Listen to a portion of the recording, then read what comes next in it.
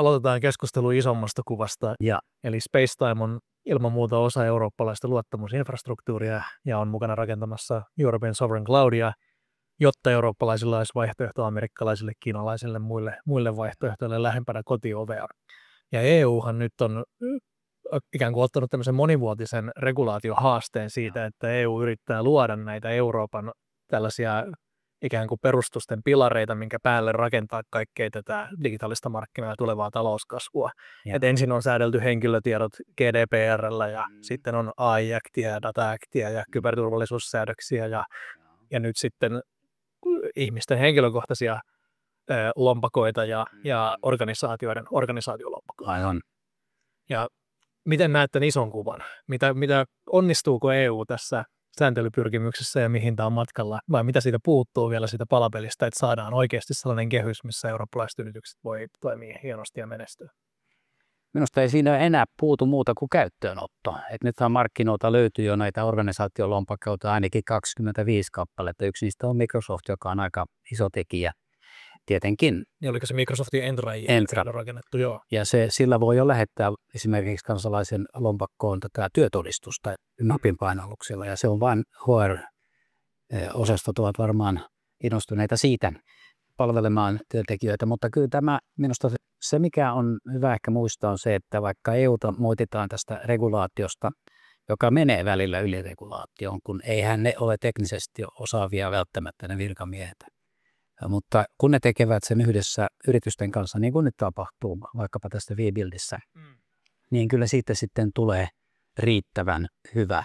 Mutta se on tietenkin sanottava, että jos me halutaan sisämarkkinaa, kunnon sisämarkkinaa, niin tämä on tietenkin valtaisa mahdollisuus, mutta se ei tapahdu ilman regulaatiota. Regulaatio tuntuu tietysti ilmeisen tehokkaalta keinolta siihen, että saadaan julkiset organisaatiot tukemaan varmasti sitä infrastruktuuria. Esimerkiksi he myöntää näitä sertifiointeja, erilaisia kredettaaleja, erinäköisiä faktanibletteja ja todistuksia ja muita. Ja regulaatio määrää, että he joutuu niitä myöskin väärmään ulos, että se on heille velvoite tai alko niin tehdä, jos osana prosessia sitä pyydetään tai automaattisesti osana prosessia. Ja tuntuu, että se ei varmasti liikahtaisi monessakaan maassa eteenpäin ilman sitä regulaatiota.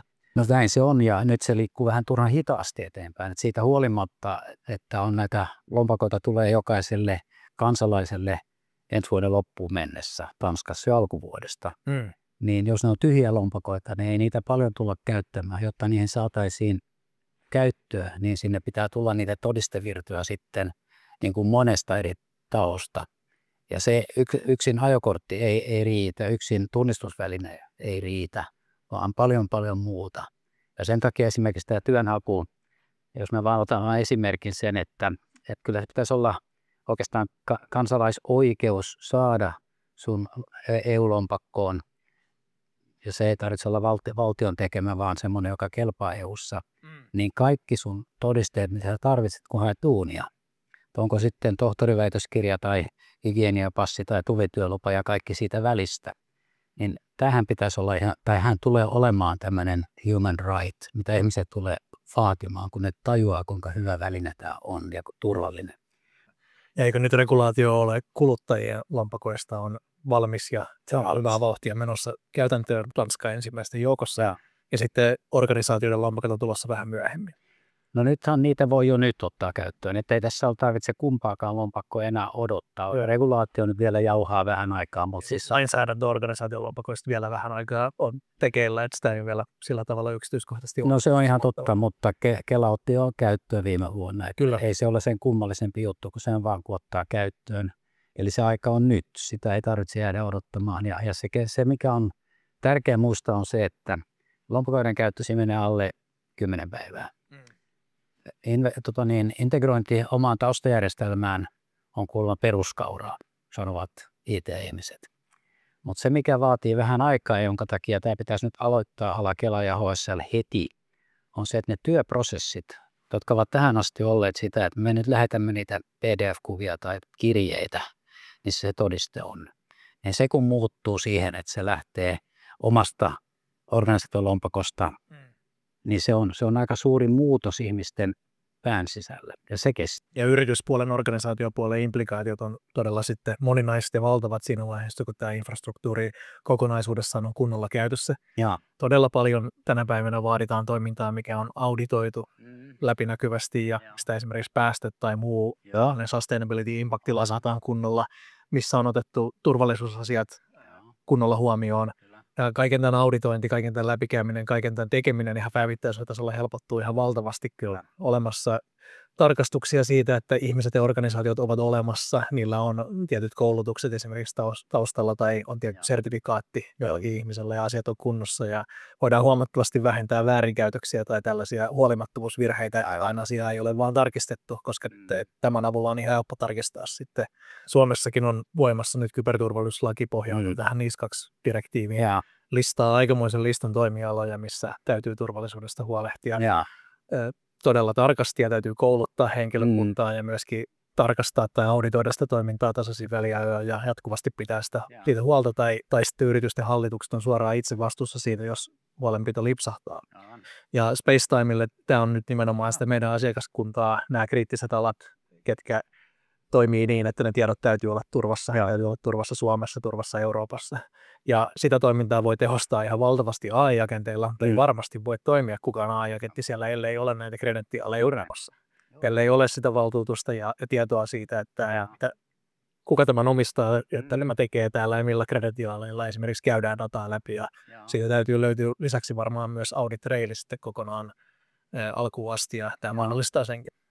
Niin se on aika jännä, että ensiksi tulee se luottamusinfra pohja, sen alla on tietenkin internet, mutta sitten tulee luottamusinfra ja vähän muutakin, mutta sitten tulee luottamusinfra ja sitten sen päälle tulee sitten tietenkin tämä AI:n käyttöönotto kunnolla ja sitten mennään sillä aika paljon tuolle NIS-maailmaan ja kyberturvallisuuteen ja tietenkin sovereign infrastruktuuriin Euroopassa. En niin näe mitään muuta tietä kuin edetä näin.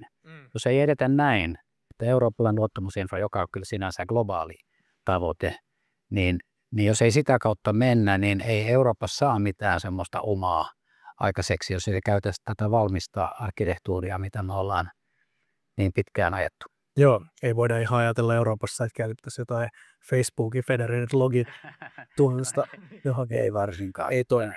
Mutta tämä on nyt tosi tärkeä pointti. Siis se, mitä näissä todisteissa on se, että ne todisteet, mitä sä tarvitset harvoin ja aina eri tavalla, niin ne ovat nyt erityisen stressaavia.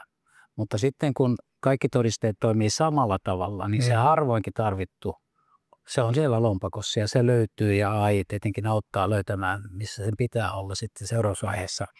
Ja tässä tulee nyt aika tärkeä pointti nyt, kun juttelen seniorikansalaisten kanssa ja ihmisten kanssa, jotka eivät käytä koko ajan nettiä, kuinka stressaantuneita ne ovat siitä, että kaikki toimii eri tavalla ja pitää muistaa salasanoja ja ne muuttuu koko ajan ja ne on eri laitteissa erilaisia ja kaikkea tätä. Niin tämähän on kun oikeastaan melkein eksponentiaalisesti nouseva stressikäyrä tässä suhteessa, kun aika muutenkin on niin kaoottinen ja hätäinen. Että nyt pitää tietenkin myydä tämä asia kansalaisille, että hei, kotona ja töissä, sama logiikka, sama väline, kaikki todisteet. Ja ne harvoin tarvittavat toimii samalla tavalla. Sun ei tarvitse enää miettiä, että se on niin kuin 100 kertaa yksinkertaisempi arki. Ja sitten ihmiset rupeaa niin kuin vaatimaan tätä asiaa yrityksiltä ja organisaatiolta, että hei, tänne kanssa kaikki samalla tavalla aina kun tarvitsen. Ollaan Spacetimeissa asiakkaille keskusteltu siitä, että nyt jos haluaa olla osa tätä Euroopan tulevaisuutta, rakentaa Data Actin ja AI Actin ja kaiken tämän ikään kuin mahdollistavan sääntelykehikon varaan, niin kannattaa tehdä todennäköisesti niin, että sijoittaa ne omat massiiviset datansa ja organisaation järjestelmiä datat Eurooppaan ja tekee ne semmoiselle alustalle, mikä mahdollistaa kaikki nämä jatkossa, koska tietysti sitten ne yritykset, ketkä on teknisesti siihen valmiita, kenellä on kaikki kunnossa jo valmiiksi, niin ne on myös ne, mitkä imuroi siitä suurimmat ja ensimmäiset mahdollisuudet itselleen. Jos joku yritys ei ole tehnyt ollenkaan tällaisia valintoja ja on aivan kesken ne asiat, niin ei voi oikein olettaa, että sinne tulisi sitten välttämättä hirveästi tästä mahdollisuudesta myöskään satamaan laariin ikään kuin positiivisessa mielessä, että nyt on se aika rakentaa ja tehdä niitä valintoja ja olla mukana Euroopan digitaalisessa todellisuudessa ja tulevaisuudessa.